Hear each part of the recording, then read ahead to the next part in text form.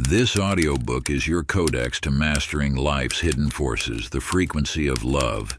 You'll discover that when you vibrate in harmony, reality itself bends in your favor. The wisdom is ancient, but your time to claim it is now. Everything is energy. Introduction. In an age veiled in mist, when stone itself hummed with memory and every breath carried the song of creation, a truth was known, not written in ink, but woven in vibration. The frequency of love is no ordinary book. It is a sacred codex, a transmission from the heart of existence itself, a timeless whisper that reminds you reality yields not to effort, but to resonance.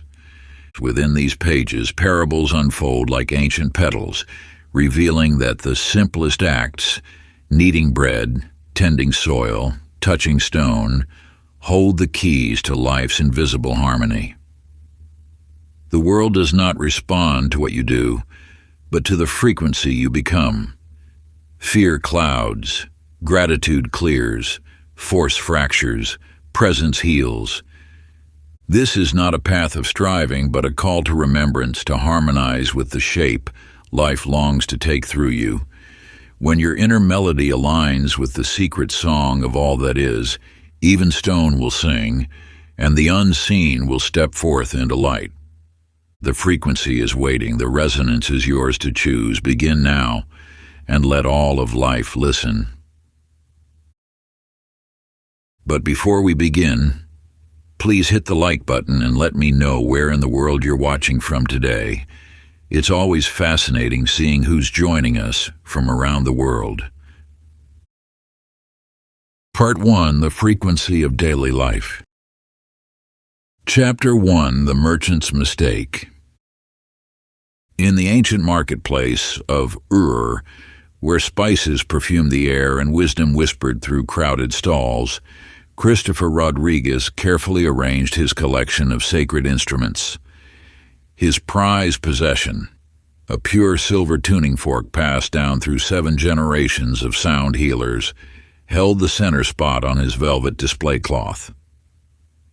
Christopher had always approached his trade with careful precision, measuring success by each meticulous transaction. But on this particular morning, his thoughts swirled with worry about declining sales in the western provinces. His hands trembled slightly as he adjusted the sacred fork's position for the 10th time. In that moment of anxious preoccupation, his elbow caught the edge of the display, sending the precious tuning fork clattering to the stone ground. The pure silver tines, which had rung with perfect pitch for centuries, now lay bent and silent in the dust. "The fork is not what's broken here," came a gentle voice. Amanda Sullivan, keeper of the temple's sacred sounds, stood watching with knowing eyes. She lifted the bent instrument, holding it before Christopher's anguished face. "But 7 generations," he protested, "my family's legacy, ruined by my carelessness." Amanda smiled. "Watch closely," she instructed. Closing her eyes, she held the fork with profound gratitude, acknowledging its centuries of service. Under her appreciative touch, the silver began to shimmer with an inner light.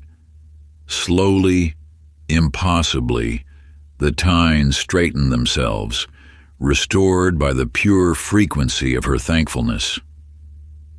"You see," she explained, "it was not carelessness that bent this fork, but the vibration of fear you've been carrying. Anxiety about the future created discord in your present moment, manifesting as physical misfortune." As if to demonstrate her point, 3 customers appeared at Christopher's stall, drawn by the fork's renewed resonance. Each made substantial purchases, commenting on the peaceful energy they felt around his display. "The universe," Amanda continued, "responds not to our actions, but to our frequencies. Vibrate with gratitude, and reality aligns with abundance. Vibrate with fear, and even precious things shatter. From that day forward, Christopher approached his trade differently. Before touching any sacred instrument, he would pause to align his inner frequency with appreciation rather than anxiety. His business flourished not through careful control, but through conscious vibration. Practice the gratitude attunement before handling precious objects or engaging in important tasks. Pause to attune your frequency. 1. Place your hands palm up in your lap. 2. Recall 3 specific things you're grateful for in this moment. 3. Feel appreciation filling your hands with warm light. 4. Only then reach for your task, maintaining that frequency of thankfulness. Notice how reality responds differently to your aligned touch. For like the silver fork, all matter responds to the frequency you embody. Choose your vibration wisely and watch the world transform to match your inner harmony. Chapter 2. The Potter's Rhythm. In the shadow of Mount Ararat, where sacred clay beds yielded pottery that sang with Earth's ancient voice, Master Potter Melissa Anderson shaped vessels that seemed to emerge from dreams themselves. Her humble workshop drew seekers from distant lands, though few understood the true secret of her artistry. Brian Martinez arrived on a warm autumn morning, his calloused hands revealing years of frustrated attempts to master the wheel. He watched in wonder as Melissa centered a mound of clay with barely a touch, the material flowing like liquid moonlight beneath her peaceful hands. "Show me your technique," she invited, stepping aside. Brian sat at the wheel, attacking the clay with precise movements he'd practiced thousands of times. Despite his technical skill, the vessel wobbled and collapsed. "Interesting," Melissa mused. "You know the movements perfectly, yet the clay refuses to dance with you. Shall I show you why?" She placed a bowl of water between them. "Speak to it first with anger." Brian furrowed his brow and sharply addressed the water. The surface erupted in chaotic ripples. "Now whisper with love," she instructed. When he did, the water's surface formed perfect concentric circles. "You see, even water responds not to our words, but to the frequency we carry. Clay is no different. It is earth and water combined, alive with the memory of creation itself. Force it, and it rebels. Love it, and it reveals its true nature." Taking her place at the wheel once more, Melissa closed her eyes and grew still. The workshop itself seemed to hold its breath. When her hands touched the clay, Brian gasped. The material moved like a living thing, rising and flowing as if orchestrated by an invisible song. "The secret," she explained, "is not in the hands, but in the heart. Before touching the clay, I become the stillness from which all form emerges. The vessel then shapes itself through me rather than by me." Practice the Creator's centering before beginning any creative work. 1. Sit in absolute stillness for 3 breaths. 2. Feel yourself as the empty space from which all things arise. 3. Let your hands become hollow vessels for creation's flow. 4. Touch your materials only when you feel total peace. 5. Create from that silence, letting form emerge naturally. For as Brian learned in the weeks that followed, mastery comes not through dominating materials, but through becoming the peaceful presence through which creation longs to express itself. His pottery soon gained a quality that transcended mere skill, each piece carrying the resonance of the silence from which it was born. Chapter 3. The Shepherd's Song. In the emerald valleys where ancient winds carried wisdom through swaying grasses, young shepherd Timothy Garcia discovered a truth that would forever change his understanding of the living world.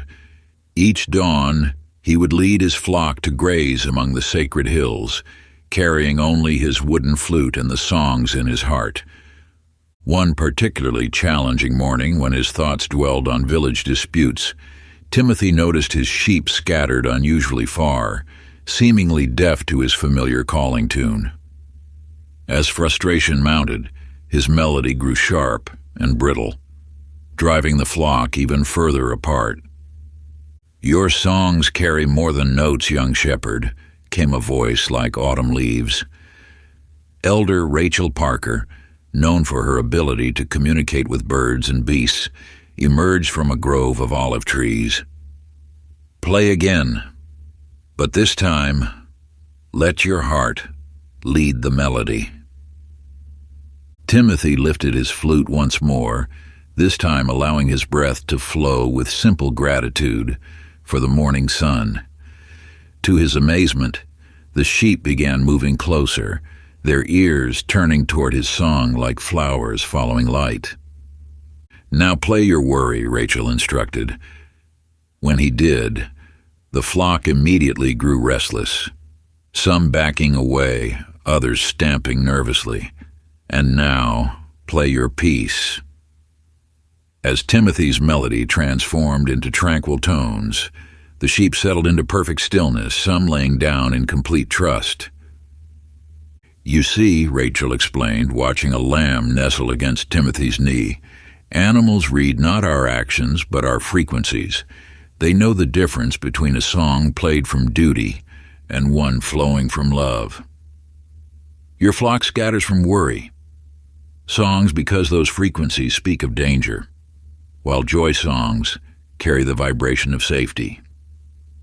To demonstrate further, she pointed to two identical patches of grass. "Sing your morning anxiety to that patch on the left." After a week, the grass where Timothy had played his worry songs grew sparse and yellow, while the patch receiving his joy songs flourished with unusual vibrancy. "Every living thing," Rachel taught, "dances to the song of your inner state.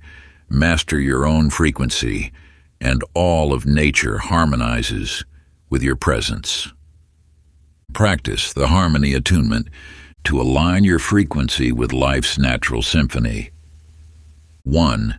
Find a quiet place in nature. 2.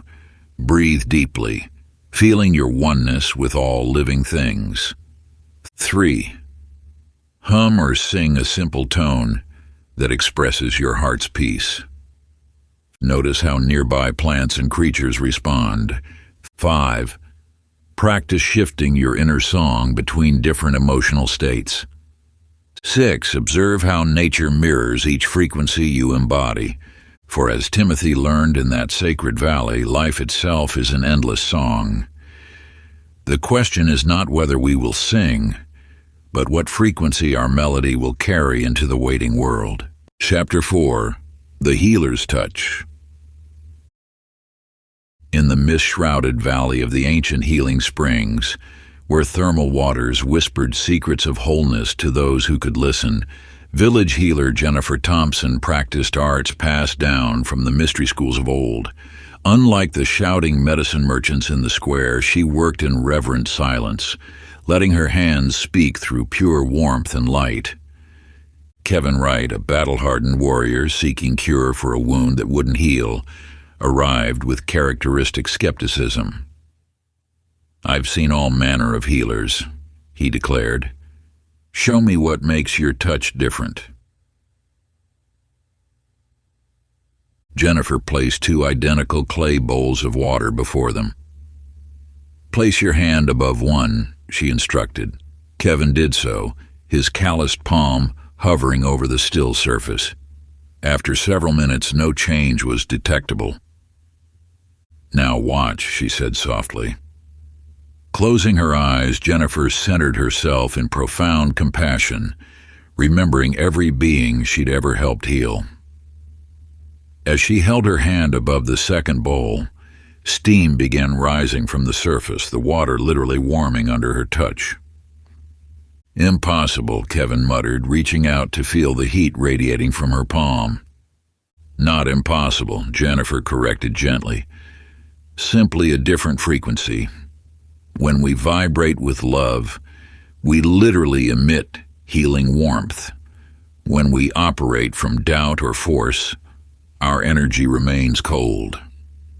To demonstrate further, she guided Kevin to a bed of white flowers. "Touch these blooms while thinking of battle." The petals instantly curled inward, recoiling from his energy. "Now touch them while remembering someone you deeply care for." This time, the flowers leaned into his hand, petals expanding toward his touch. "You see," Jennifer explained, "all life responds to the frequency we carry. Your wound refuses to heal, not because of its severity, but because you approach it as an enemy to be conquered, rather than a part of yourself to be loved whole." In the days that followed, Kevin learned to shift his own healing frequency. His impossible wound began closing once he stopped fighting it and started sending it the same compassion Jennifer had demonstrated. Practice the healer's attunement before attempting any healing work on yourself or others. 1. Place your hands palm up in your lap. 2. Recall 3 times you've experienced deep healing. 3. Feel your heart expanding with infinite compassion. 4. Imagine this love frequency flowing down your arms. 5. Only touch when you feel warmth radiating from your palms. 6. Maintain that frequency of unconditional care throughout contact. For as Kevin discovered by the sacred springs, true healing flows not from technique but from the frequency of love itself. When we vibrate with genuine compassion, even the deepest wounds remember how to become whole. Chapter 5, The Farmer's Field. In the fertile valley of the 7 rivers, where ancient stone still hummed with earth's primordial song, farmer Michael Torres tended fields that held a peculiar mystery. For years, he noticed that certain sections of his land yielded dramatically different harvests despite identical soil, seeds, and care. The eastern field burst with abundance, its wheat stalks dancing with golden vigor. Yet the western field remained stubbornly sparse, its growth stunted despite his best efforts. The difference plagued him until the day wise woman Stephanie Collins visited his farm, her eyes twinkling with knowing amusement. "Walk with me," she instructed, leading him first through the eastern field. "Tell me of your morning routine here." "This is where I begin each day," Michael explained. "I watch the sunrise and give thanks for another chance to tend the earth. Sometimes I sing the old gratitude songs my grandmother taught me." "And the western field?" Michael's expression darkened. "That's where I end each day, usually worried about market prices and whether we'll have enough to trade. I often pace there, calculating debts." Stephanie plucked 2 identical seeds from her pouch. "Hold out your hands." In his left palm, she placed 1 seed. "Think of all your worries." Within moments, the seed began to shrivel. In his right palm, she placed the other. "Now, remember your morning gratitude." The seed sprouted instantly, a tiny green shoot reaching skyward. "The earth," she explained, "drinks our frequencies like water. Where you walk with appreciation, abundance flows. Where you pace with fear, even the richest soil grows barren. Your crops mirror not just your tending, but your vibration while tending." To prove her point, she had Michael plant identical rows of corn with different emotional states. By harvest, the gratitude-planted row stood twice as tall as its worry-planted twin. Practice the grateful cultivation walk. To infuse your endeavors with abundance energy. 1. Before any important work, walk your space in mindful circles. 2. With each step, name something that fills you with genuine thanks. 3. Feel appreciation flowing from your feet into the ground. 4. Imagine everything you touch being nourished by your gratitude. 5. End by standing still, sensing how the space has shifted. 6. Maintain this frequency throughout your task. For as Michael learned in the seasons that followed, the greatest fertilizer is not what we spread with our hands, but the frequency we carry in our hearts.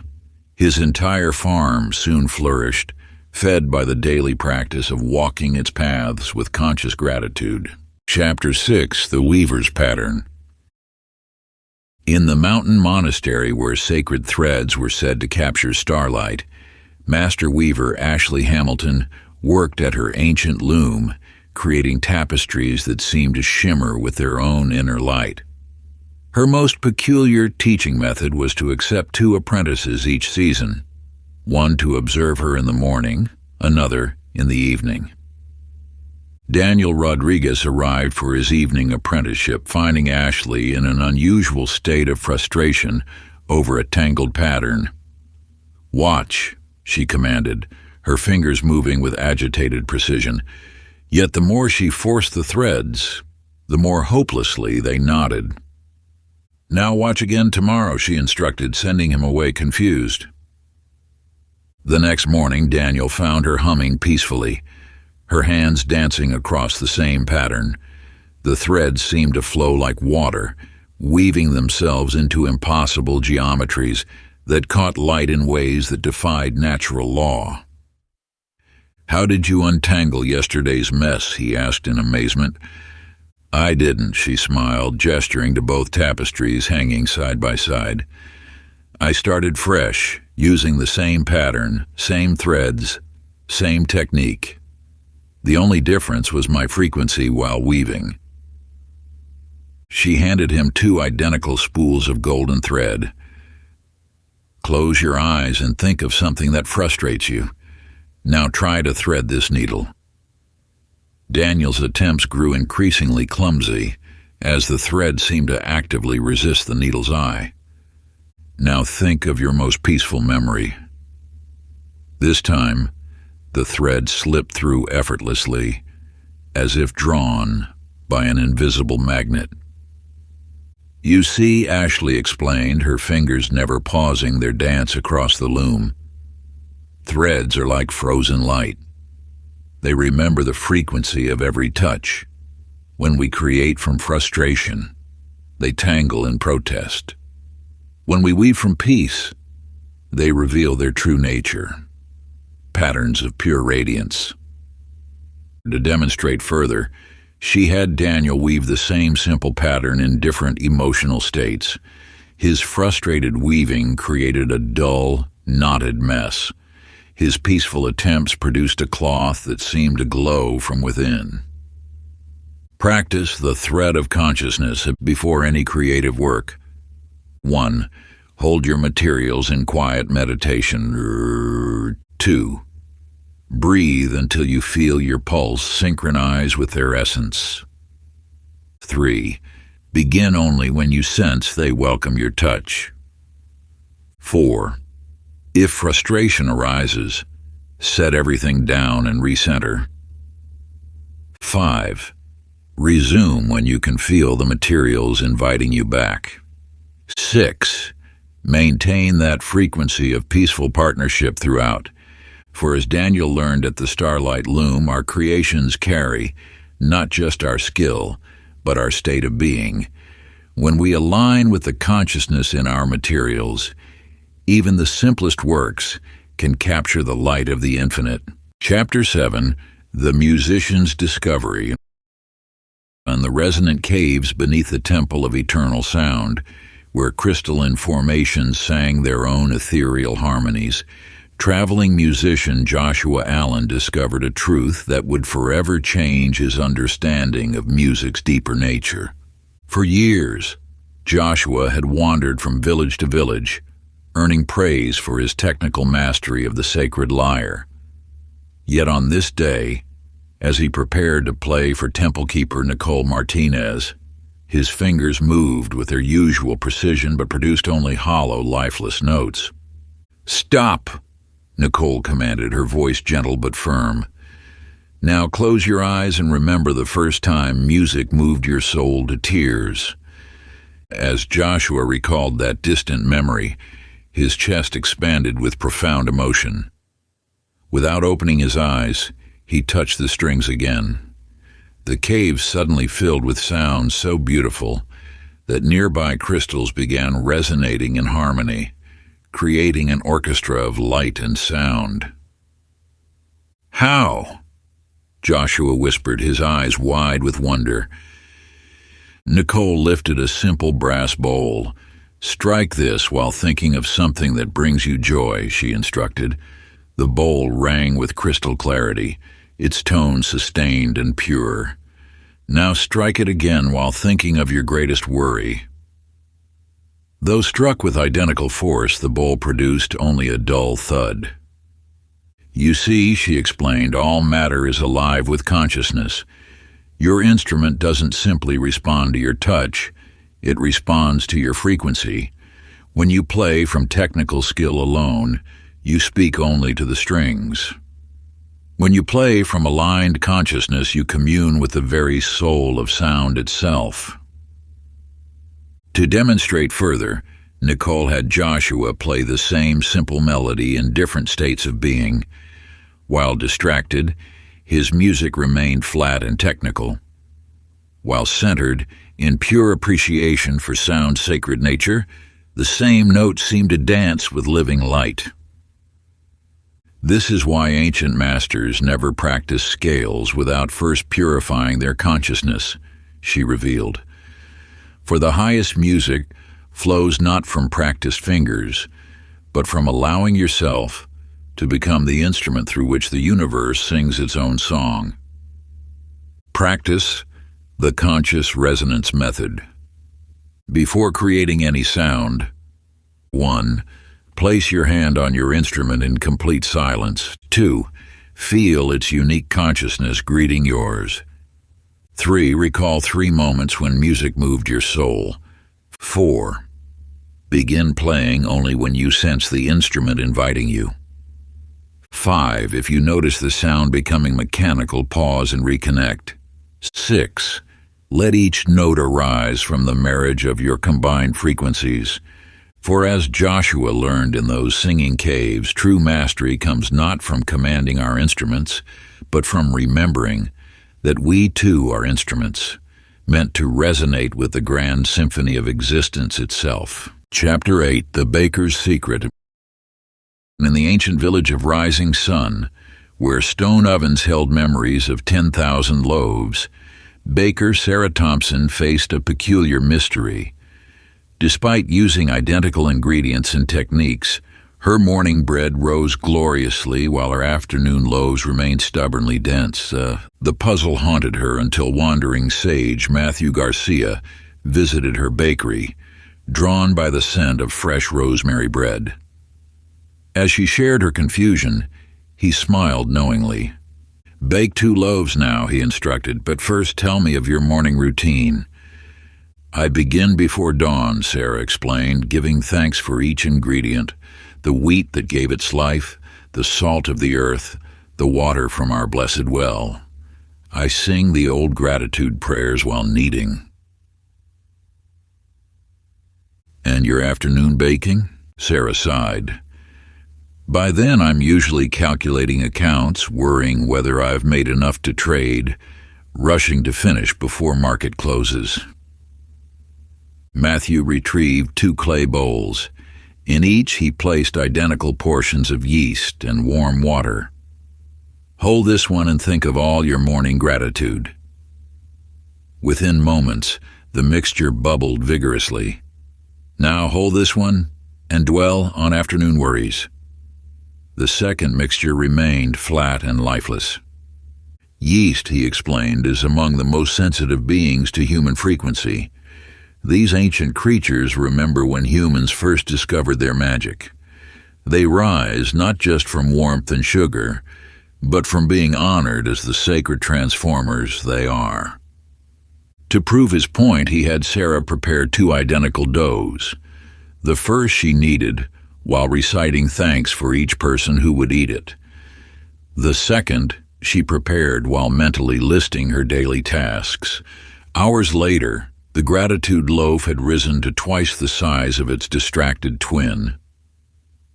Practice the sacred bread blessing.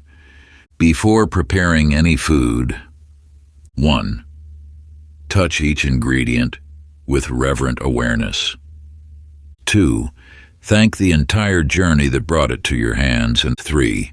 Infuse your preparations with genuine appreciation. 4. Envision the nourishment it will provide. 5.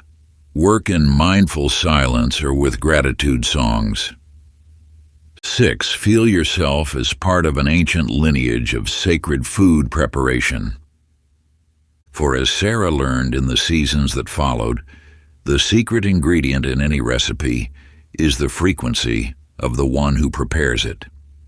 Her bread became famous throughout the region, not just for its perfect rise, but for how it seemed to feed both body and spirit, each bite carrying the subtle taste of gratitude itself. Chapter 9, The Gardener's Wisdom.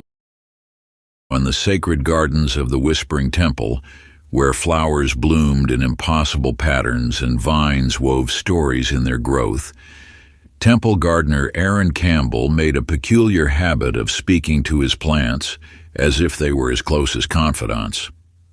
Young scholar Brittany Rodriguez arrived to study the garden's legendary healing properties, expecting to document soil compositions and growing techniques. Instead, she found Aaron engaged in what appeared to be an animated conversation with a withering rosebush. "Watch," he said, noticing her puzzled expression. He directed her attention to 2 identical beds of moonflowers. These beds were planted on the same day, with the same soil and water, yet observe their growth. The flowers on the left reached robustly toward the sky, their petals seeming to pulse with vitality. Those on the right, while alive, grew sideways and downward, their stems twisted away from the path. "The difference?" he asked, eyes twinkling. "The left bed borders the children's meditation garden, where laughter and love flow freely. The right bed faces the complaint hall, where people come to voice their grievances." To demonstrate further, Aaron led Brittany to a special greenhouse divided by crystal walls. In one chamber, he placed 2 seedlings. "Speak to this one with criticism," he instructed, "and to this one with genuine appreciation." After a week, the appreciated seedling had grown twice as tall, leaning noticeably toward where Brittany had stood.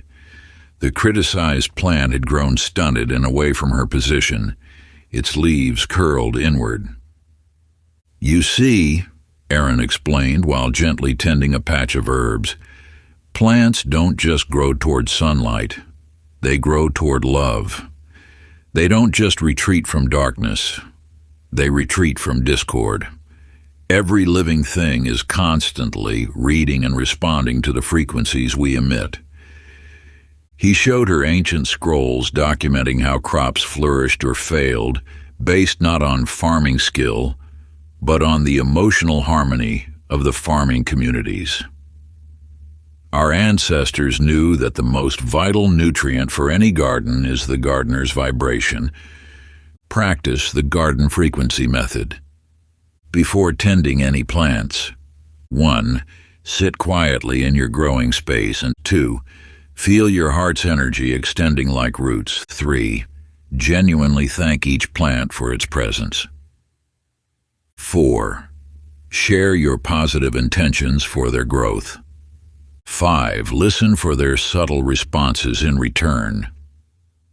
6.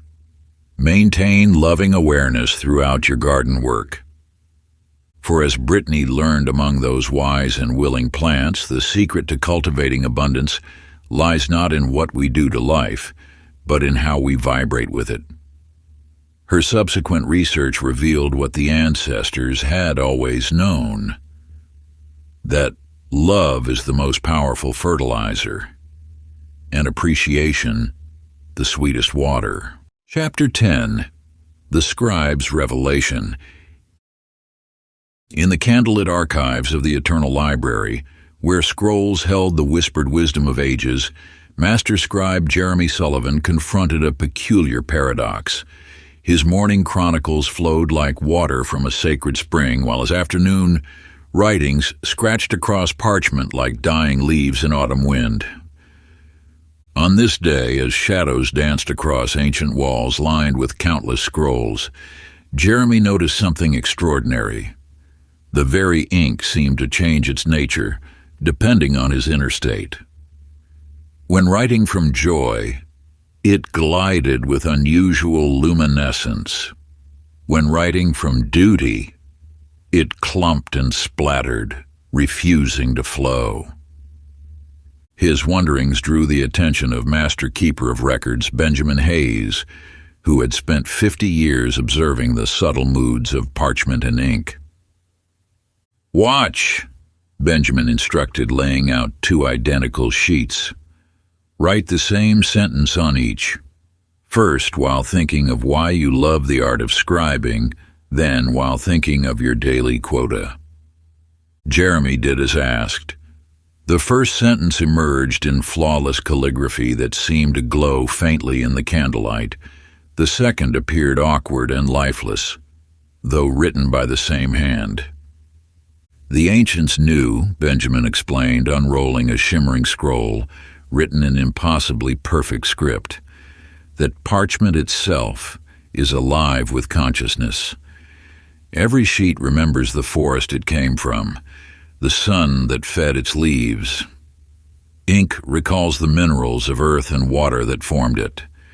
When we write from joy, we speak their language. When we write from obligation, we speak only to ourselves. To demonstrate further, Benjamin had Jeremy copy the same sacred text in different states of being. While dwelling on deadlines, the words remained flat symbols. While contemplating the miracle of preserving wisdom across time, those same words seemed to dance with inner light. This is why the first scribe spent years in preparation before touching quilted parchment, Benjamin revealed.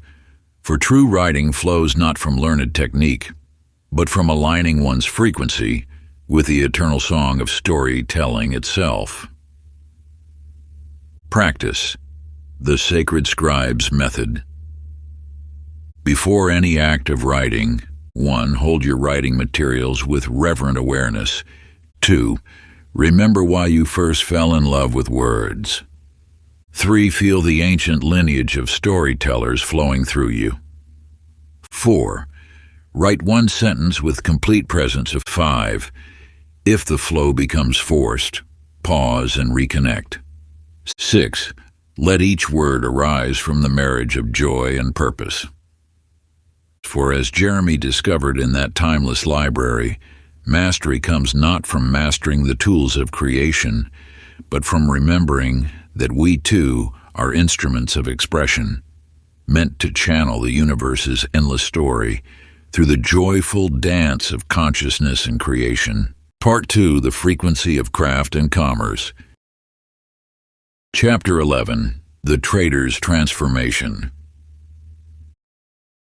In the bustling port city of azure tides, where merchant ships carried exotic treasures from distant shores, trader Stephen Martinez grew increasingly frustrated. Despite his encyclopedic knowledge of market patterns and trade routes, his fortunes rose and fell like the temperamental tides themselves. One sweltering afternoon, as he anxiously watched his dwindling inventory, a peculiar figure appeared at his stall. Mystic Megan Anderson, known for her ability to read the invisible currents of prosperity. Her simple clay cup somehow drew more attention than his imported silks. "Your wares carry the scent of fear," she observed, running her fingers through a pile of precious saffron. "See how it clumps defensively, like a creature sensing danger?" "Ridiculous," Stephen scoffed. "Saffron is saffron. It knows nothing of fear." Megan retrieved 2 identical pearls from her pouch. "Hold this one and think of all you fear losing." The pearl seemed to dim. "Now hold this one and feel the joy of abundance." To his astonishment, the second pearl began to gleam with an inner fire. "Everything you trade," she explained, "carries the frequency of your consciousness. When you vibrate scarcity, even gold loses its luster. When you vibrate abundance, even simple clay radiates value." To prove her point, she had him arrange his remaining inventory into 2 displays. The first he set out while calculating his losses, the second while feeling genuine gratitude for the opportunity to serve.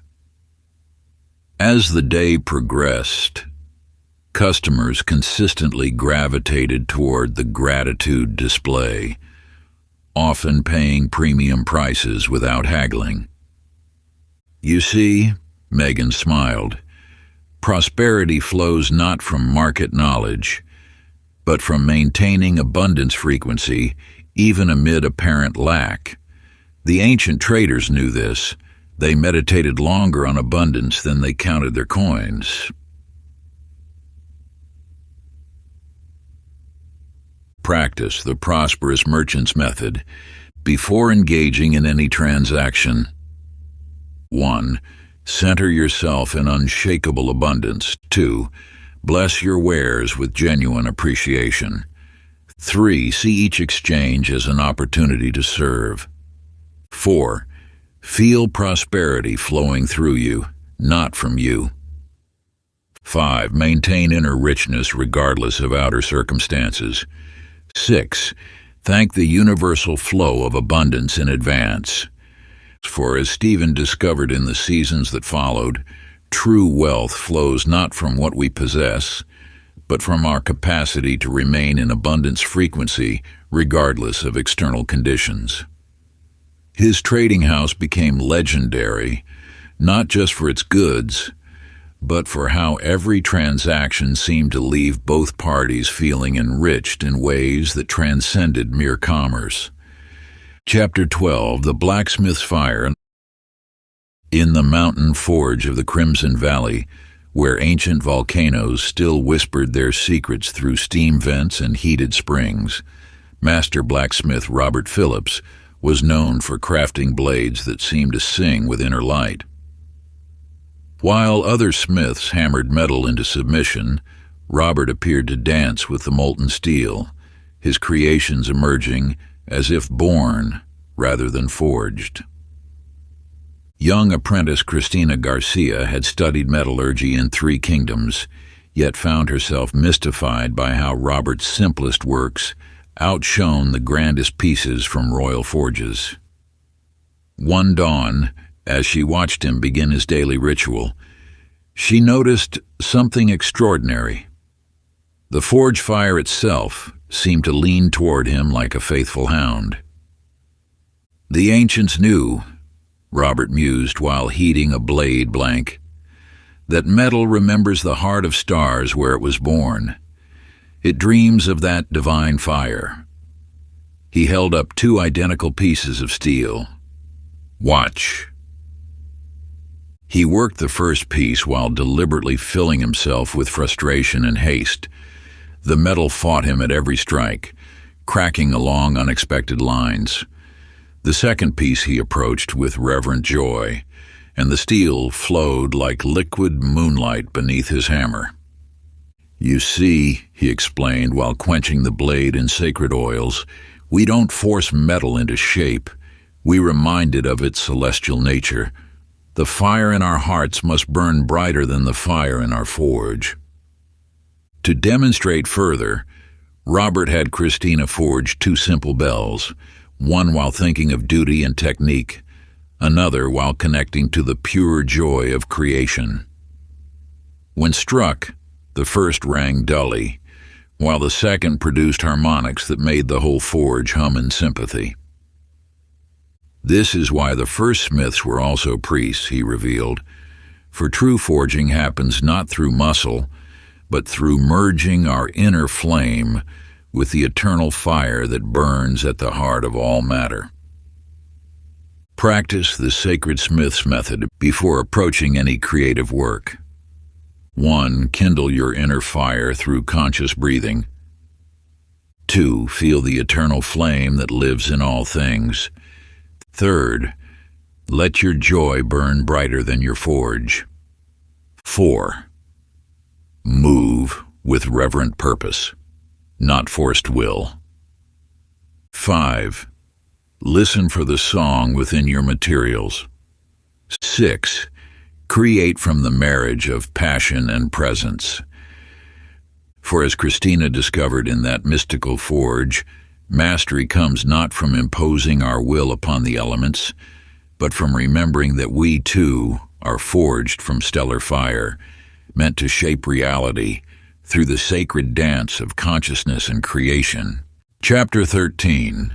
The Storyteller's Magic. In the moonlit gathering spaces of the whispering plains, where tales floated on evening breezes like seeds of wisdom seeking fertile minds, wandering storyteller Tiffany Rodriguez discovered an extraordinary phenomenon. When she told stories from mere memory, listeners would nod politely and soon forget. But when she spoke from the depths of her heart, her words would take root in their souls, sprouting into transformative insights that flourished for generations. One evening, as fireflies danced like earthbound stars around the village circle, Elder Justin Campbell approached her after witnessing how her tale of the dawn bird had caused flowers to spontaneously bloom in its wake. "You've stumbled upon the ancient secret," he said, retrieving a crystal vessel that seemed to capture and amplify the firelight. "Watch." He spoke the same simple phrase twice, first as empty words, then infused with loving intention. In the second telling, the crystal began to pulse with gentle light. "Stories are vessels of consciousness," Justin explained, carrying the narrator's vibration into the hearts of listeners. When we speak from technical skill alone, we transmit information. When we speak from aligned presence, we transmit transformation. To demonstrate, he had Tiffany tell the same brief tale in 3 ways. First while thinking of technique, then while feeling compassion, and finally while in a state of pure wonder. As she spoke, the fireflies responded, scattering during the first telling, drawing closer during the second and during the third, forming intricate patterns that mirrored her words in living light. The first storytellers, Justin revealed, knew that tales were not mere entertainment, but energetic seeds planted in the garden of consciousness.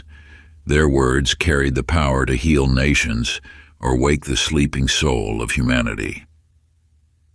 Practice the sacred storyteller's method. Before sharing any tale, 1. Center yourself in pure presence. 2. Feel the story alive within your heart. 3. Let wonder be your primary vibration. 4. Speak from resonance, not recitation. 5. Trust the tale to find its own form. 6. Allow your consciousness to dance with your listeners. For as Tiffany discovered in the seasons that followed, true storytelling magic flows not from memorized words, but from the storyteller's ability to become a clear channel for the eternal narratives that weave reality itself. Her tales, became known not just for their content, but for how they seemed to awaken ancient memories in all who heard them, as if the very air remembered its first song. Before we get into the next chapter, you can download a free ebook version of this audiobook using the link in the pinned comment below this video. Chapter 14, The Fisherman's Net. Along the Whispering Coast, where jade waters carried ancient secrets in their depths, fisherman Mark Thompson faced a puzzling mystery.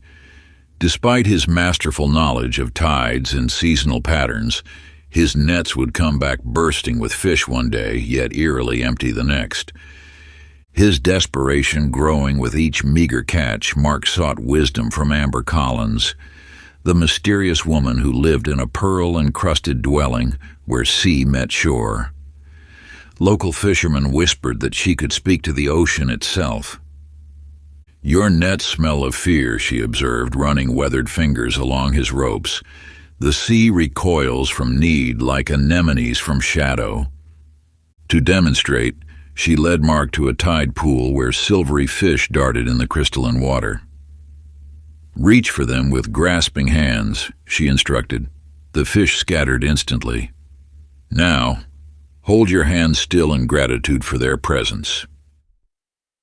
Gradually the fish returned, some even brushing against his fingers.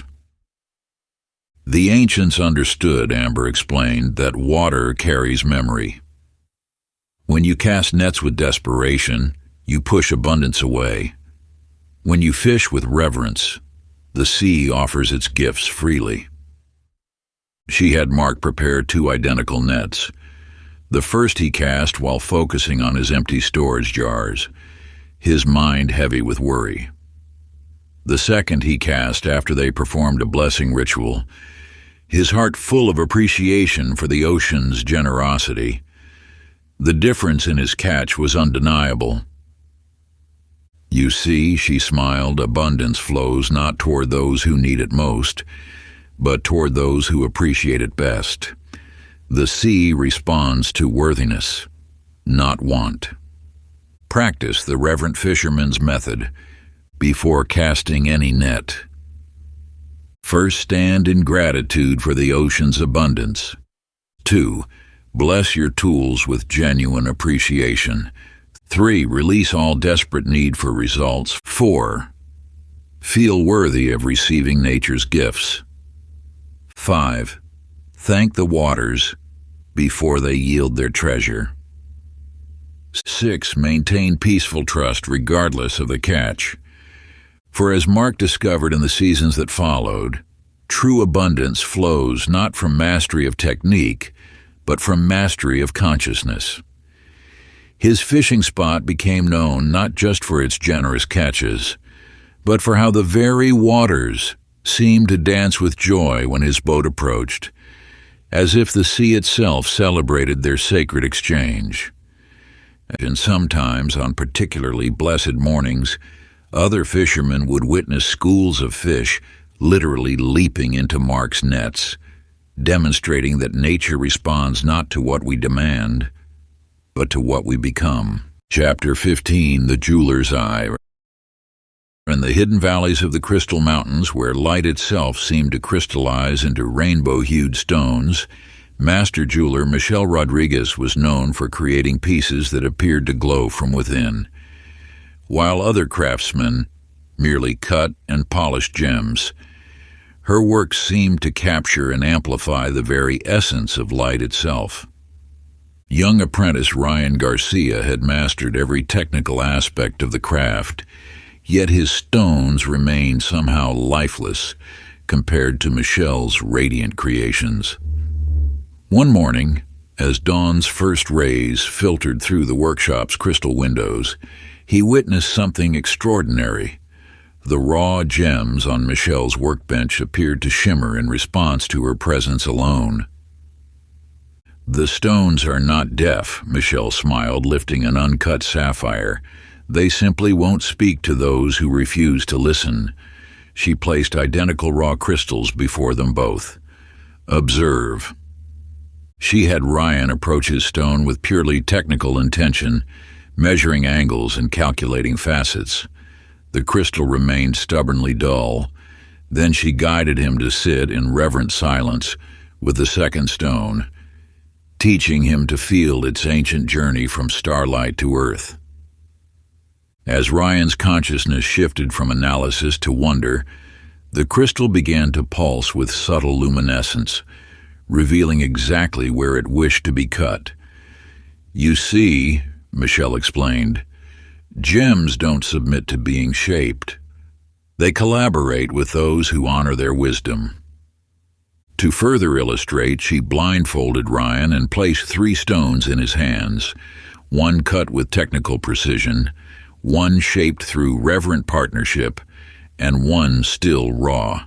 Without seeing, he could instantly feel which stone hummed with inner light. "This is why the first jewelers were considered seers," she revealed, "for true gemcraft happens not through imposing our will, but through awakening the light that has slumbered in stone since the dawn of time." Practice the sacred jeweler's method before working with any stone. 1. Sit in reverent silence with the crystal. 2. Feel its journey from stardust to earth. 3. Listen for its whispered wisdom. 4. Let it guide your hands. 5. Shape through partnership, not force. 6. Honor the light within all matter. For as Ryan discovered in that luminous workshop, mastery comes not from technical skill alone, but from remembering that we too are crystallized light, meant to awaken the sleeping radiance in all we touch through the sacred art of conscious creation. In time, his work became known not just for its beauty, but for how each piece seemed to shine with its own inner sun, as if the very stones rejoiced at being truly seen at last. Chapter 16. The Dancer's Flow.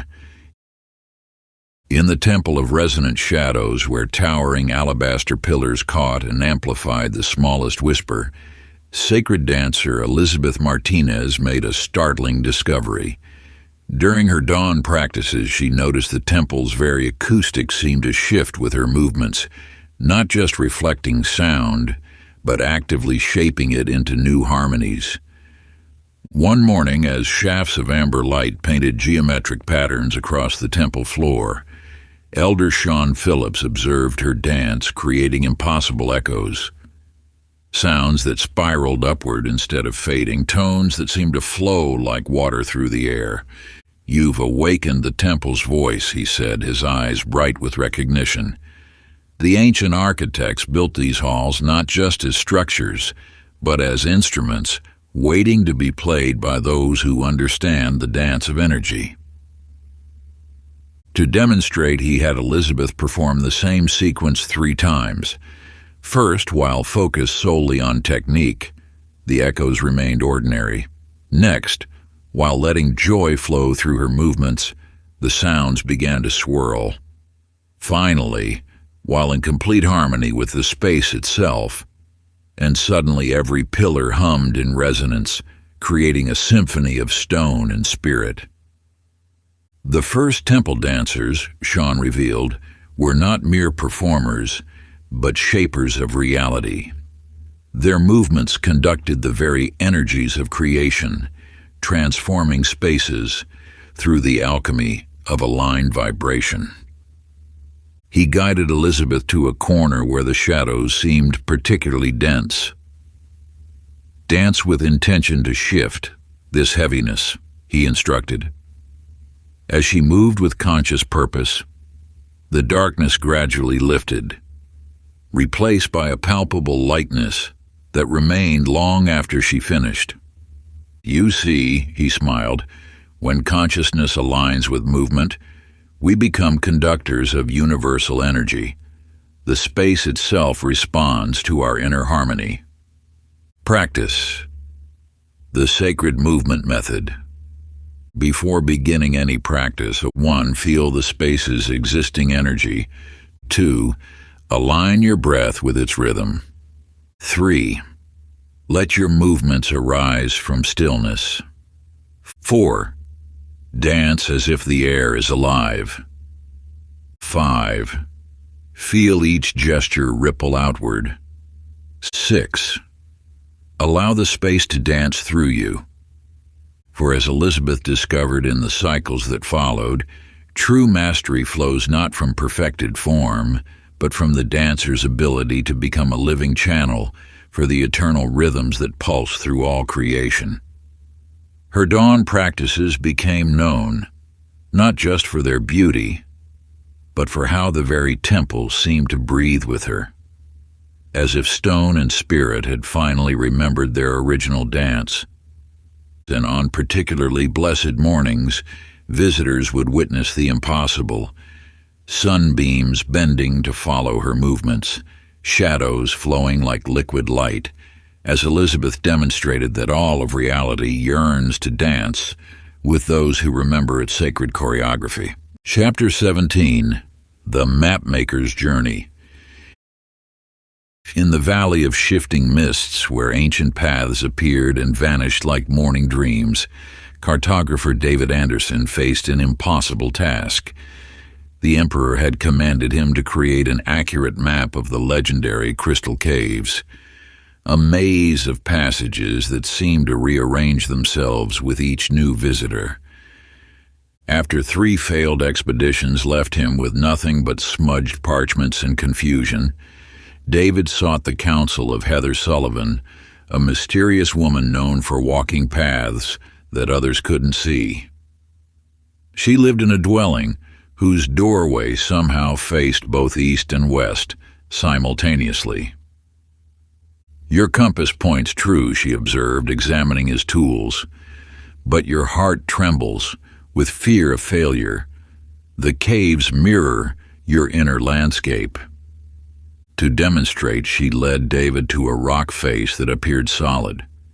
"See with obligation," she instructed. He saw only stone. "Now see with wonder." As David shifted his perspective, a previously invisible archway shimmered into view. "The ancients knew," Heather explained, that reality responds not to what we seek, but to how we seek it. When you map with anxiety, the paths hide themselves. When you explore with joy, the way reveals itself. She had David attempt to map the same chamber twice. First, while focusing on accuracy and deadline pressure, his measurements proved impossible, with distances changing between each step. Then, after they performed a ritual of exploratory blessing, letting curiosity guide his hands, suddenly the chamber's true nature emerged, showing passages that spiraled through dimensions he'd never imagined. "You see," she smiled, "the best maps are drawn not by those who demand answers, but by those who dance with mystery." Practice. The Conscious Explorer's Method. Before beginning any journey, 1. Release all expectations of what you'll find. 2. Bless your path with genuine curiosity. 3. Let wonder be your compass. 4. Trust that every turn serves your journey. 5. Map with reverence for the unknown. 6. Celebrate each discovery as a gift. For as David discovered in the seasons that followed, true cartography flows not from measuring distance, but from measuring wonder. His maps became known, not just for their accuracy, but for how they seemed to reveal new paths to each traveler, as if the very parchment collaborated in each seeker's unique journey. And sometimes, on particularly blessed expeditions, others would witness paths literally forming beneath David's feet as he walked, demonstrating that reality delights in revealing itself to those who approach with open hearts rather than grasping minds. Chapter 18. The Astronomer's Vision. High atop the celestial peak, where the air grew thin enough to whisper secrets to the stars, astronomer Jason Rodriguez puzzled over the ancient charts that seemed to shift before his eyes. Despite years of careful observation, the celestial patterns remained stubbornly elusive, appearing with crystal clarity one night only to dissolve into chaos the next. It was during one particularly frustrating evening that Elder Kimberly Martinez found him frantically recalculating his measurements. Her observatory, carved from a single massive crystal, was said to contain windows that looked not just at the stars, but through them. "Your instruments are precise," she noted, examining his carefully crafted astrolabe, "but your spirit churns like storm clouds before the moon." To demonstrate, she had Jason observe the Pleiades through his telescope while anxiously seeking answers. The stars appeared as mere smudges of light. Then she guided him through an ancient star-breathing ritual, teaching him to match his breath to the pulsing of distant suns. As his consciousness settled into cosmic rhythm, the same stars suddenly blazed with unprecedented clarity, revealing dancing patterns of light he'd never glimpsed before. "The heavens," Kimberly explained, "speak only to those who match their frequency." She led him to a hidden chamber where star maps from 1,000 years ago had been etched in crystal. "Our ancestors understood that celestial wisdom flows not through calculation, but through constellation, the aligning of inner and outer skies." To prove this, she had Jason study the same star cluster 3 times. First, while wrestling with mathematical formulae, the patterns remained chaotic. Next, while allowing his mind to drift peacefully, subtle connections emerged. Finally, while in complete receptive stillness, and suddenly the stars themselves seemed to sing their secrets directly into his understanding. Practice the celestial attunement method before any stargazing. 1. Breathe in rhythm with stellar pulsing. 2. Release all demand for answers. 3. Let your consciousness expand outward. 4. Allow the stars to find you. 5. Receive wisdom rather than grasp it. 6. Record insights with reverent patience, for as Jason discovered in the cycles that followed, true astronomy flows not from measuring light, but from becoming light. His observations became renowned, not just for their accuracy, but for revealing layers of celestial meaning that transformed those who studied them. And on especially clear nights, others would witness impossible phenomena around his observatory. Stars that seemed to dance in response to his attention, constellations that revealed new patterns according to the questions in observers' hearts, as Jason demonstrated that the cosmos eagerly shares its mysteries with those who approach with peace rather than demand. Chapter 19, The Perfumer's Art.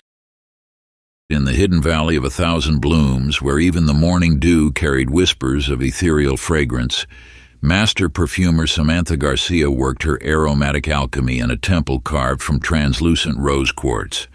The crystal walls seemed to breathe with the essences they contained, each chamber holding scents said to unlock different dimensions of consciousness. When apprentice Brandon Thompson arrived seeking her teachings, she found him methodically attempting to replicate classical perfume recipes with frustrated precision. His creations, while technically correct, carried none of the transcendent qualities the ancient texts described. "You measure with your mind," she observed, watching him count drops of jasmine oil. "But perfume must be measured with the soul." To demonstrate, she had Brandon close his eyes while she opened 3 identical vials of rose essence. "These came from the same flowers," she explained, but were extracted in different states of being. The first, created in haste, smelled sharp and incomplete. The second, made with technical precision, was pleasant but ordinary. The third, crafted in a state of devoted presence, filled the chamber with such profound beauty that Brandon felt tears well in his eyes. The ancients knew, Samantha revealed, that essences carry not just scent, but the very consciousness of their creator. When we blend in alignment with the soul of each ingredient, we create not mere perfume, but liquid light. She guided Brandon through crafting a simple blend 3 times. First, while focusing on formula, it smelled correct but lifeless. Next, while appreciating each essence, it began to sing. Finally, while in complete communion with the ingredients, and suddenly the fragrance seemed to glow from within, carrying harmonies of scent he'd never imagined possible. Practice the sacred essence method before working with any aromatic materials. 1. Center your consciousness in reverent presence. 2.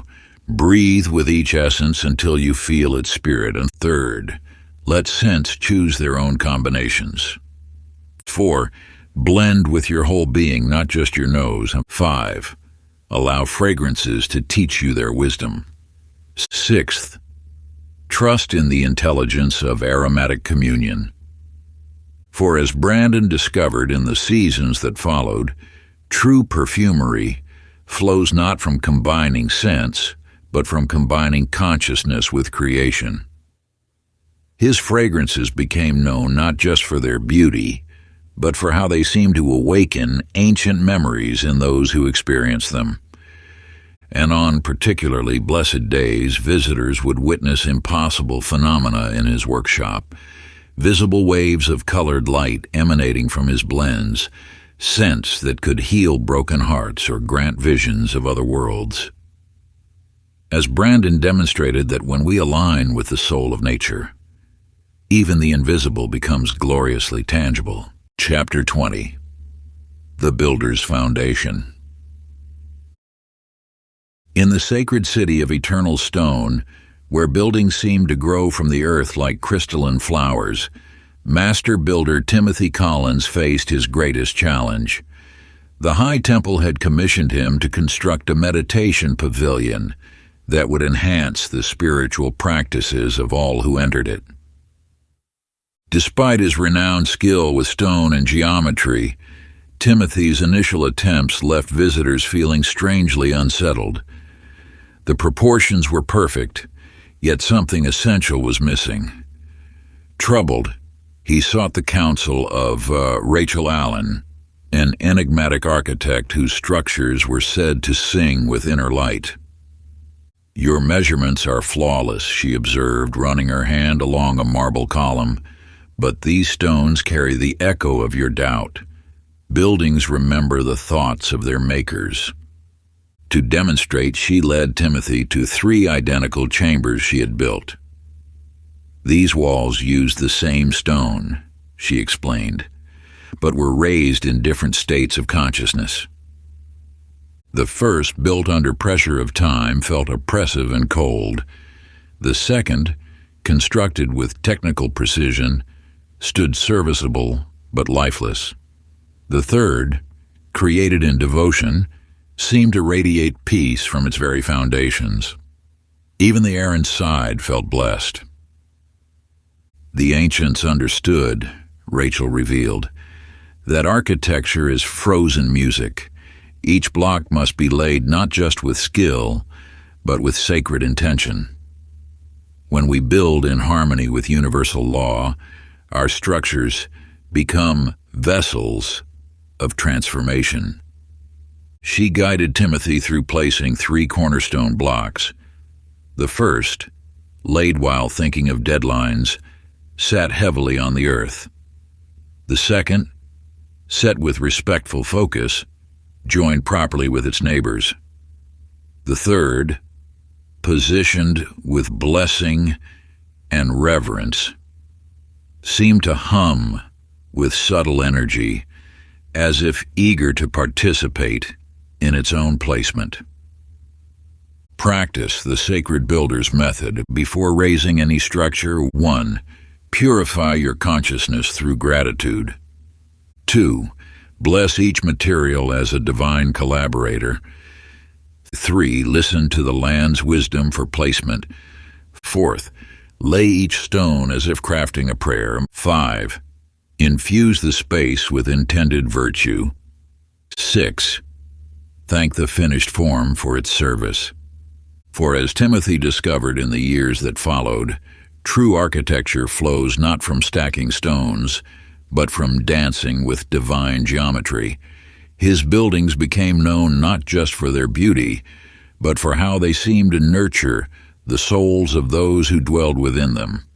And on especially blessed sites, others would witness impossible phenomena: walls that glowed with inner light, rooms that adjusted their dimensions to serve occupants' needs, spaces that actively participated in healing those who entered, as Timothy demonstrated that when we build with love, even stone awakens to its higher purpose. Part 3. The Frequency of Mastery and Wisdom. Chapter 21. The Oracle's Mirror. In the Valley of Whispered Truths, where reality rippled like water in a sacred pool, Temple Oracle Amy Rodriguez discovered an ancient truth that would transform the art of prophecy forever. Unlike other oracles who relied on dramatic ceremonies and cryptic proclamations, Amy had always sensed there was a simpler way to access universal wisdom. It was during the season of falling stars when Kevin Hamilton, a troubled truth-seeker, arrived at her sanctuary. His arms laden with divination tools, crystals, runes, and charts, he sought to learn the mysteries of prophecy. "Put those away," Amy said softly, leading him to a chamber whose walls were crafted from polished obsidian. True prophecy requires no tools beyond consciousness itself.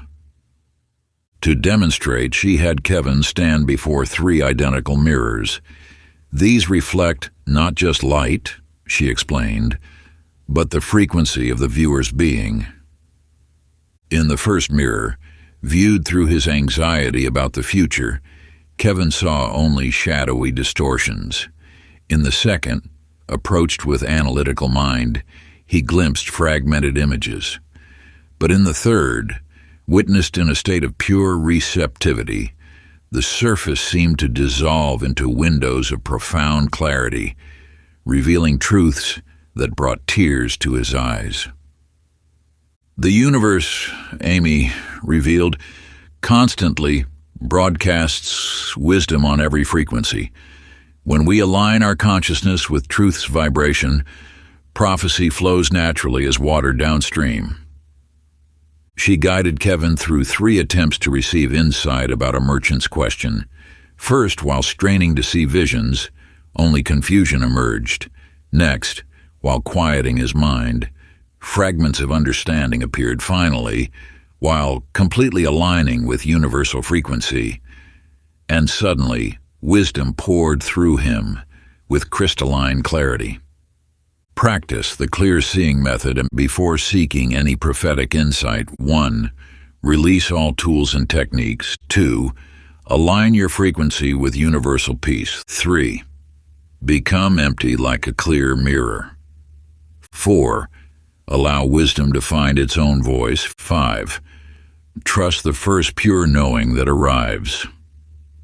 6. Share insights with humble accuracy. For as Kevin discovered in the moons that followed, true prophecy flows not from seeking visions but from becoming a pure vessel for truth. His readings became known not for spectacular predictions, but for the profound clarity they brought to those who received them.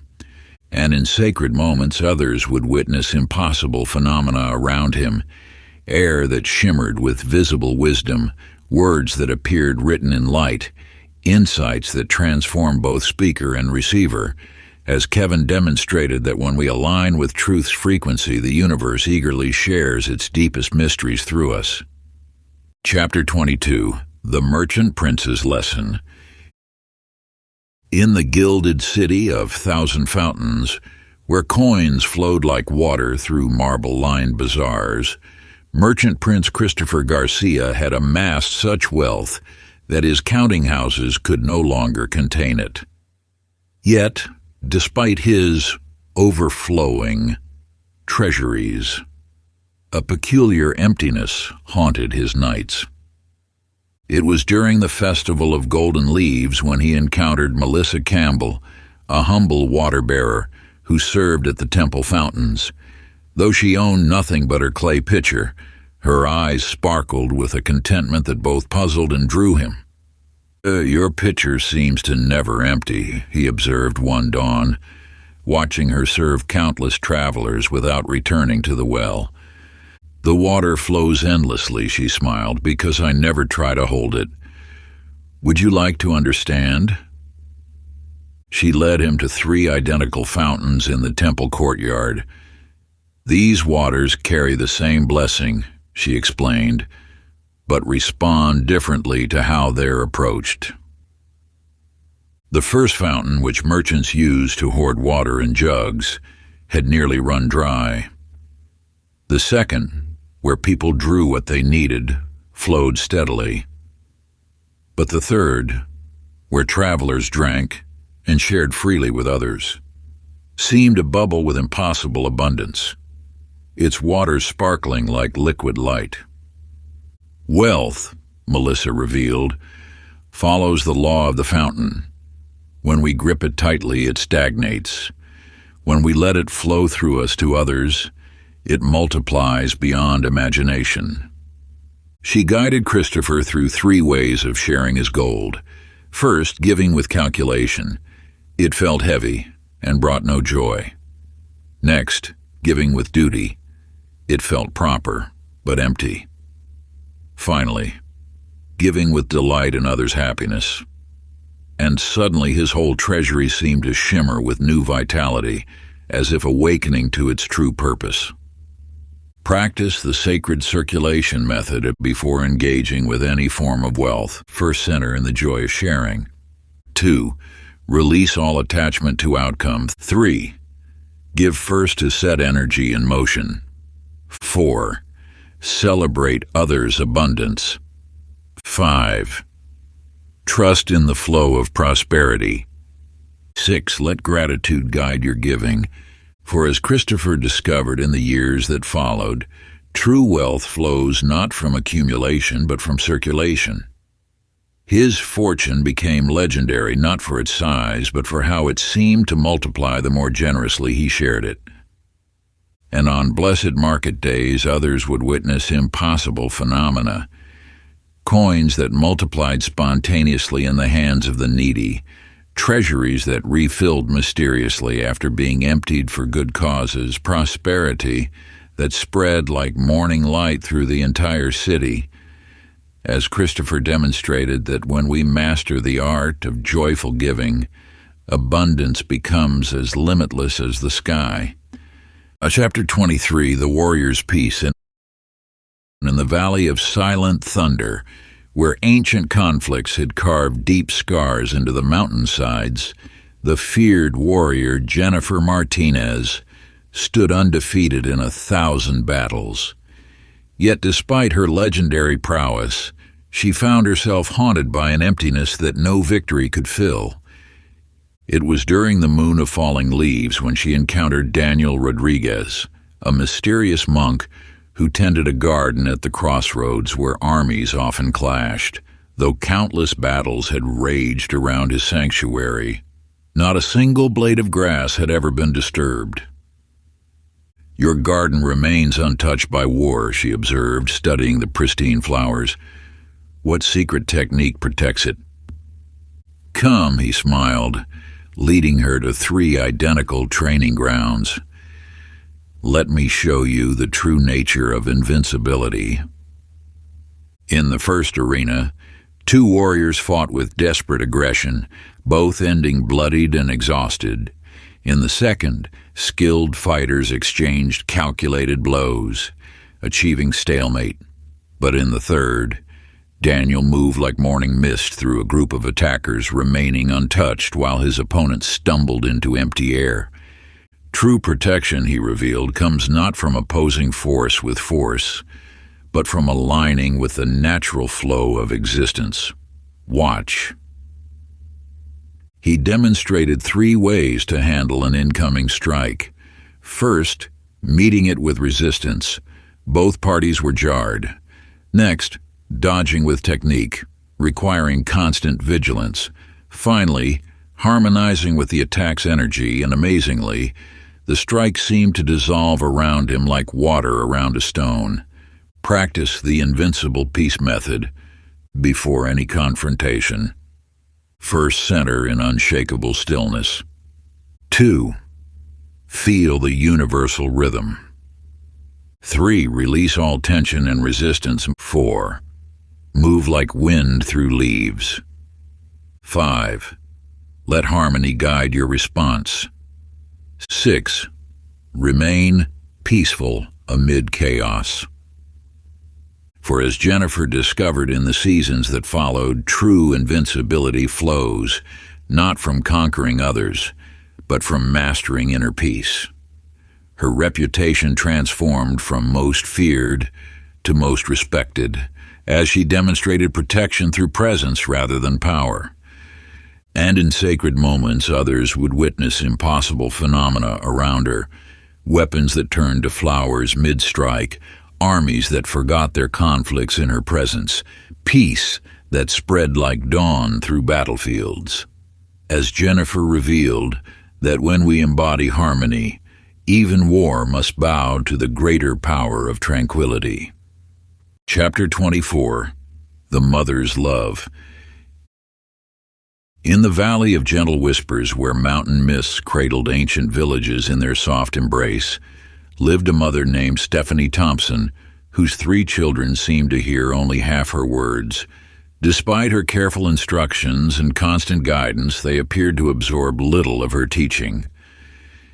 It was during the season of dancing leaves when she encountered Brian Phillips, an elder known as the Child Whisperer, whose presence alone could calm the most turbulent young spirits. Children would transform in his company, though he spoke barely a word. "Your voice carries more than words," he observed, watching her struggle to manage her youngest. "Let me show you what children truly hear." He led her to 3 identical courtyards where mothers gathered with their little ones. In the first, a mother spoke constant instructions with underlying anxiety. Her child grew more restless with each word. In the second, a mother recited lessons with detached patience. Her child paid polite but fleeting attention. But in the third, a mother simply radiated peaceful joy while folding clothes, and remarkably, her child naturally mirrored her movements with delighted focus. Children, Brian revealed, respond not to our instructions but to the melody of our being. Watch. He demonstrated 3 ways to teach a child to tend flowers. First, through worried correction, the child became clumsy and withdrawn.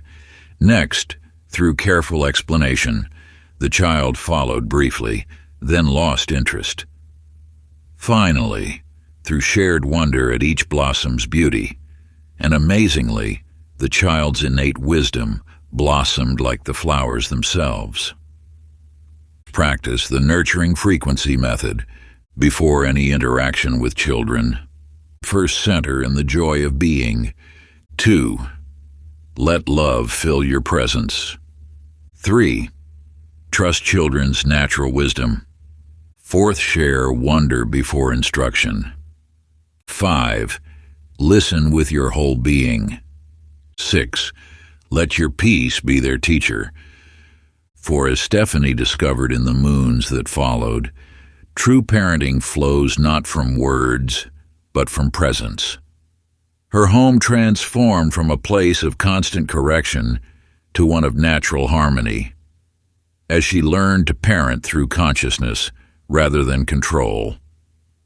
And in blessed moments, others would witness impossible scenes in her garden, children spontaneously sharing without being asked, wisdom beyond their years flowing from their lips, love that spread like morning light through the village. As Stephanie demonstrated that when we vibrate with pure nurturing presence, children naturally grow toward their highest potential. Chapter 25, The Philosopher's Question. In the mountain of perpetual dawn, where mists parted each morning to reveal ancient stone circles etched with forgotten riddles, philosopher Matthew Collins had spent 20 years documenting every argument for truth's nature. His scrolls contained 10,000 logical proofs, yet understanding remained elusive as morning dew. It was during the time of falling stars when he encountered Ashley Garcia, keeper of the riddle stones, who spent her days tracing the weathered symbols with knowing fingers, while humming strange melodies. Though she had never written a single treatise, visitors left her presence with eyes bright with revelation. "Your circles speak without words," he observed, watching the stones seem to pulse with inner light as she traced them. "How do you extract their wisdom?" "Come," she smiled, leading him to 3 identical stone circles at dawn. "Let truth reveal itself to you." In the first circle, scholars debated with fierce logic, growing more confused with each argument. In the second, students memorized ancient texts, gaining knowledge but not understanding. But in the third, where Ashley sat in contemplative silence, the very stones seemed to whisper wisdom directly into the heart. "Truth," she revealed, "speaks not through thoughts but through resonance. Listen." She demonstrated 3 ways to approach a riddle carved in stone. First, through analytical dissection, the meaning scattered like startled birds. Next, through scholarly research, the mystery remained locked in facts. Finally, through silent attunement, and remarkably, understanding arose like light within him. Practice the wisdom resonance method. Before seeking any truth, 1. Release all mental grasping. 2. Enter complete stillness. 3. Allow wonder to fill you. 4. Listen with your whole being. 5. Let wisdom arise naturally. 6. Trust the heart's knowing. For as Matthew discovered in the years that followed, true understanding flows not from thought, but from resonance.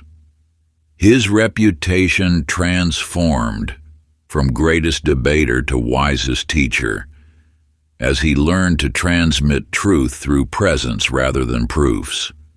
And in sacred moments, others would witness impossible phenomena in his circle, stones that glowed with inner light, riddles that solved themselves in silence, wisdom that spread like dawn through the mountain. So, as Matthew demonstrated, that when we vibrate with pure receptivity, truth reveals itself more clearly than any logic could capture. Chapter 26, The Painter's Canvas. In the valley of living pigments, where rainbow mists dance through ancient caverns stained with colors no modern eye has seen, master painter Joshua Martinez created works that seemed to breathe with their own life force. His paintings didn't merely capture light, they emanated it, casting their own luminescence into darkened rooms. When apprentice Nicole Anderson arrived seeking his teachings, she brought technical mastery, but found her works lifeless compared to his radiant creations. "Your pigments seem awakened," she observed, watching his latest piece pulse with inner fire. "What secret materials do you use?" "Come," He smiled, leading her to 3 identical chambers where painters worked with the same rare pigments from the sacred caves. In the first, an artist painted with technical precision, producing beautiful but flat images.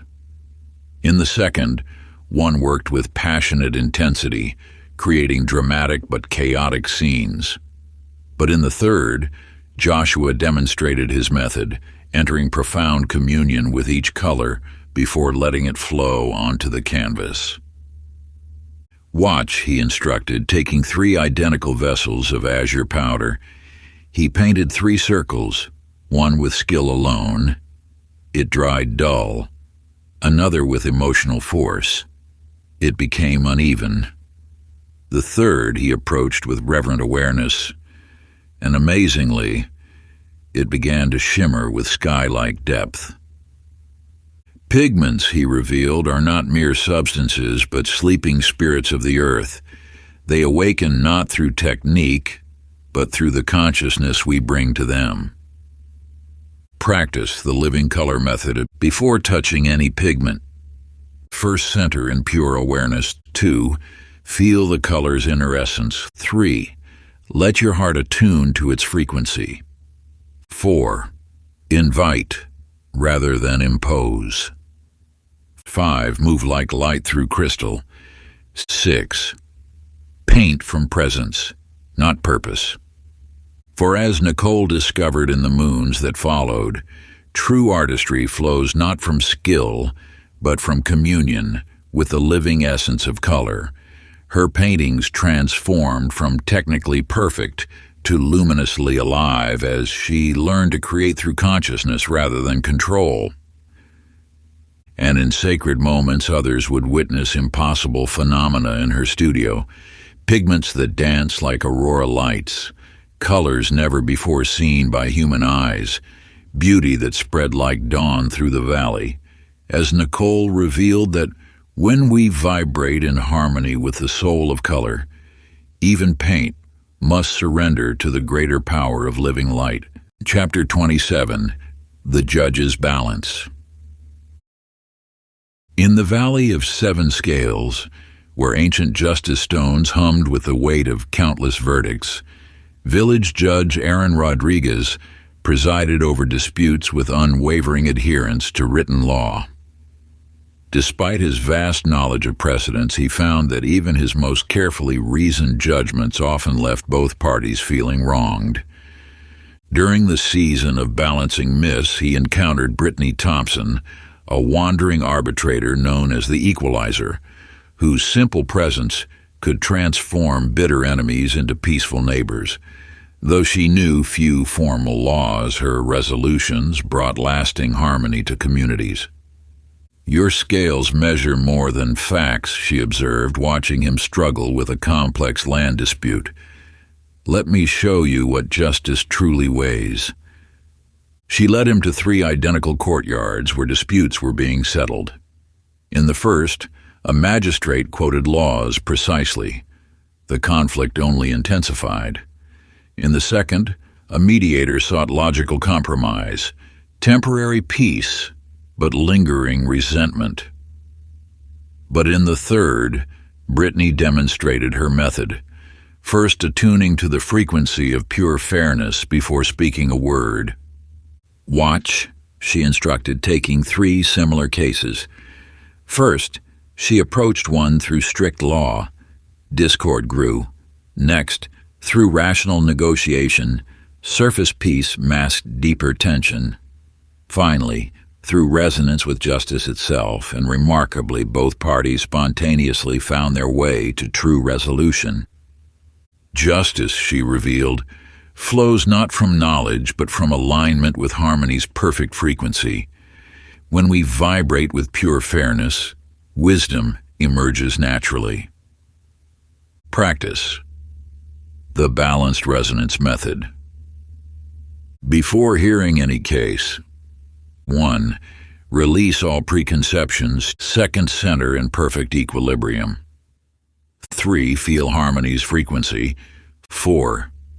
Listen with your whole being. 5. Let wisdom arise, unprompted. 6. Trust the heart's fairness. For as Aaron discovered in the cycles that followed, true justice flows not from law, but from consciousness. His courtyard transformed from a place of judgment to a temple of harmony, as he learned to arbitrate through resonance rather than rules.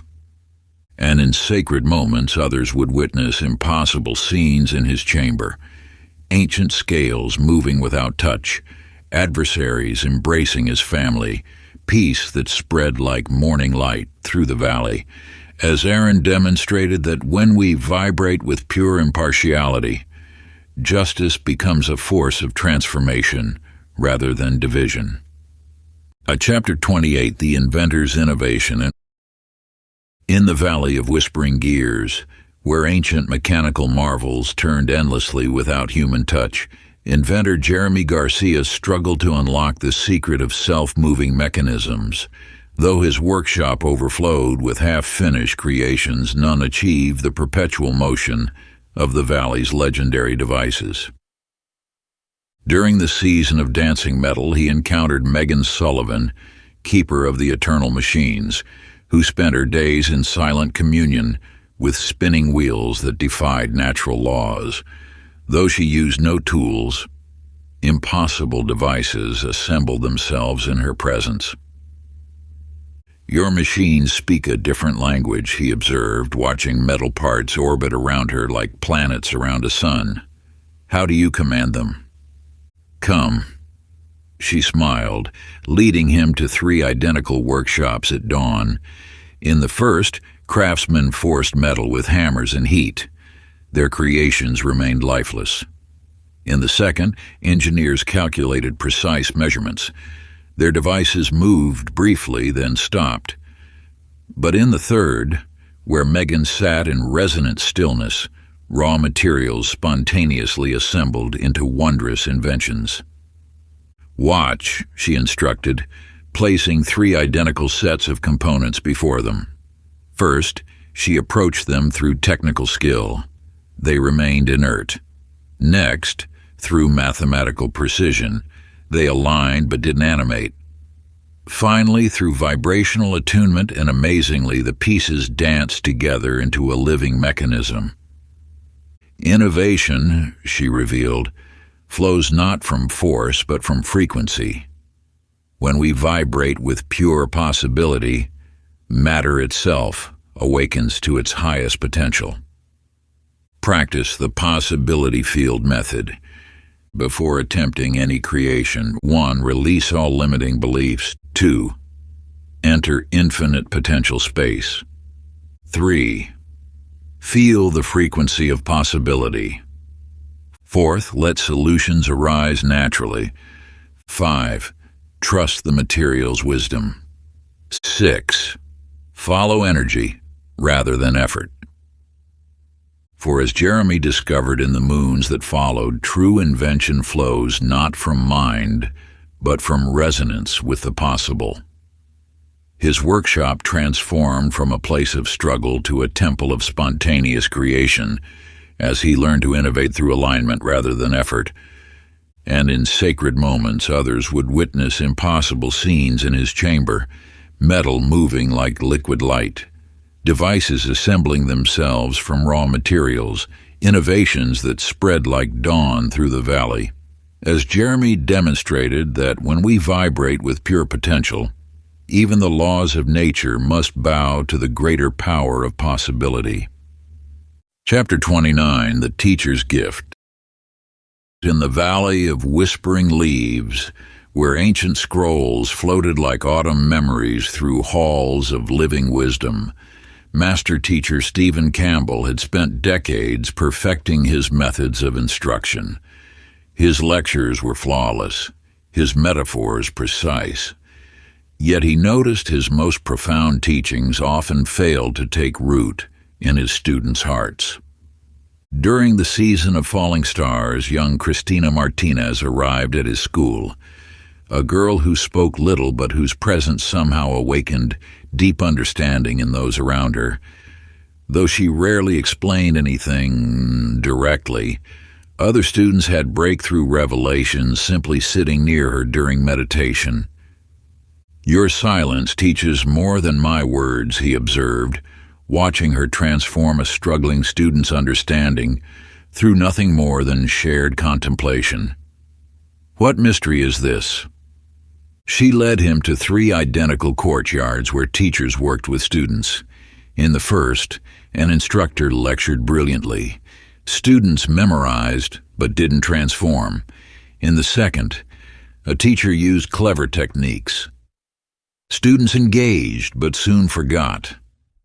But in the third, Christina demonstrated her gift, simply holding the frequency of pure understanding until it naturally arose in others.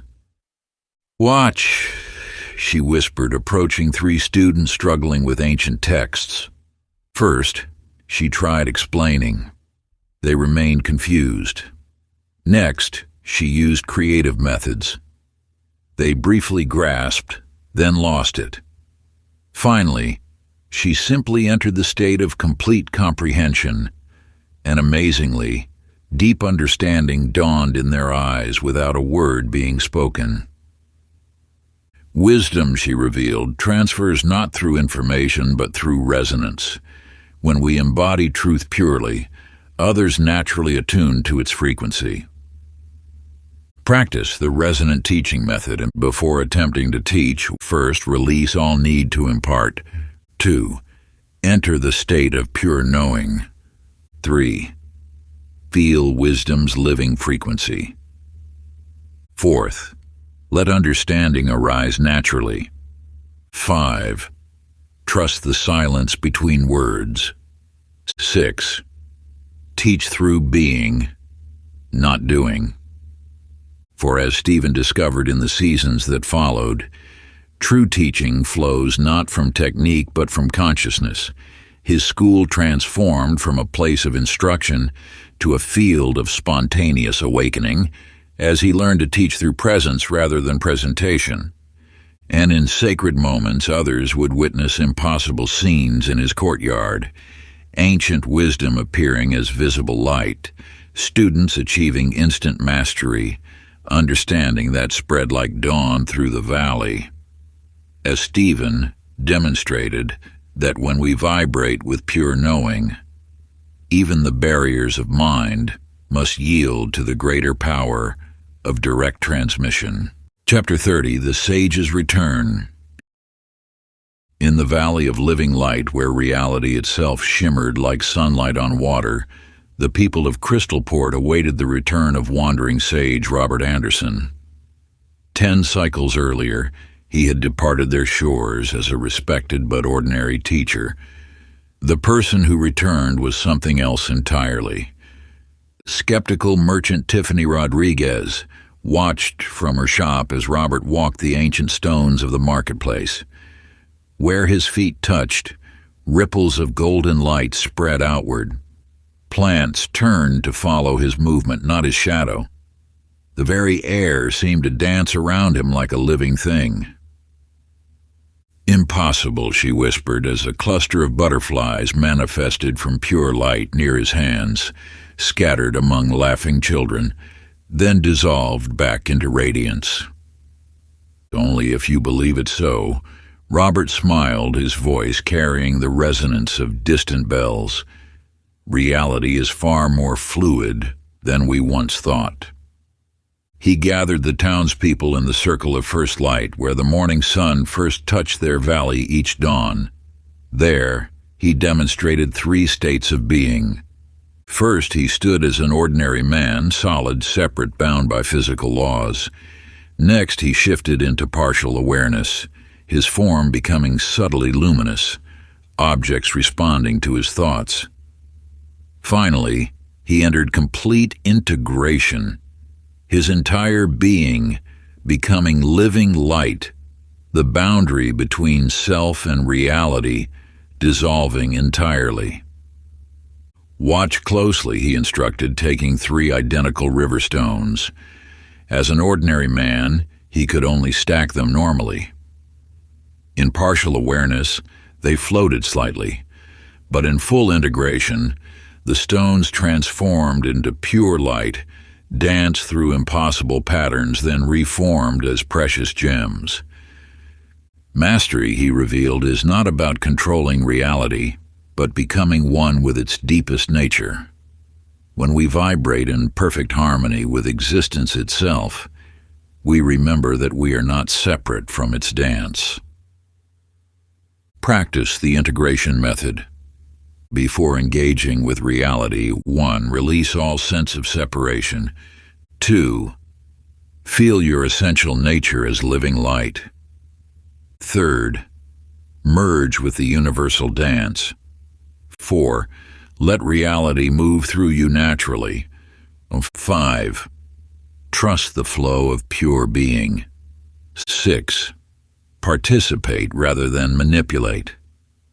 For as the townspeople discovered in the days that followed, true mastery flows not from effort, but from remembrance of our fundamental unity with all things. Their valley transformed from a place of ordinary life to a temple of living wonder, as they learned to participate in reality's dance, rather than merely inhabit it. And in sacred moments, visitors would witness impossible scenes in their marketplace, light taking solid form, thought manifesting instantly, wonder that spread like dawn through the valley. As Robert demonstrated, that when we vibrate with pure existence, even the illusion of separation must yield to the greater truth of unity. If you enjoyed this audiobook, I created a free ebook version for you. You can download it using the link in the pinned comment. Conclusion. And the temple of living frequencies, where crystalline pillars pulsed with visible resonance and ancient wisdom hung like mist in the air, Keeper Jessica Henderson maintained the sacred vibrations passed down through countless generations. Though many sought the temple's mysteries, few recognized that its greatest secret lay not in its singing crystals or geometric patterns, but in the space between them.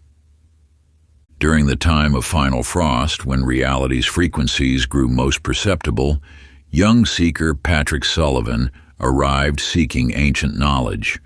Instead of answering his questions directly, Jessica led him to 3 identical crystal chambers within the temple's heart. "Listen," she whispered as they entered the first chamber. Here, visitors strained to hear mystical sounds, finding only silence.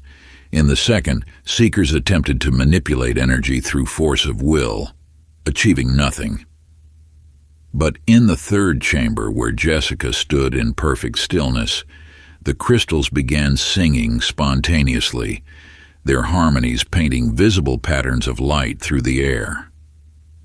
"Watch closely," she instructed, taking 3 identical crystal rods. As a normal person, they remained inert in her hands. As a practiced practitioner, they hummed softly. But when she aligned completely with universal frequency, they transformed into pure light, their resonance revealing the invisible architecture of reality itself. All existence, she revealed, is nothing but frequency expressing itself through infinite forms. The temple's true teaching is not in its methods, but in the recognition that you are the instrument through which reality plays its grandest songs. We Jiriramber Sunda. She demonstrated by shifting her own vibrational state. First, material density, the normal human condition. Next, frequency awareness, where energy became visible. Finally, pure resonance, where her form became translucent with light, indistinguishable from the temple's crystalline glow. Practice the final resonance and to align with universal frequency. 1. Release all separation from existence. 2. Feel yourself as pure vibration. 3. Allow reality to tune you like an instrument. 4th, let universal harmonies play through you. 5. Trust the symphony of being. 6. Express the music of existence itself. For as Patrick discovered in the days that followed, mastery comes not from accumulating techniques, but from remembering our nature as living frequencies of the cosmic song. The temple transformed from a place of seeking to a celebration of being as he learned to vibrate in harmony with existence itself. And in sacred moments, visitors would witness impossible scenes in the crystal chambers, reality rippling like water, wisdom appearing as visible music, transformation that spread like dawn through the temple. As Jessica demonstrated that when we vibrate with pure existence, even the illusion of individuality must yield to the greater truth of universal symphony. If you enjoyed this exclusive audiobook, I handpicked this next book which will change your life.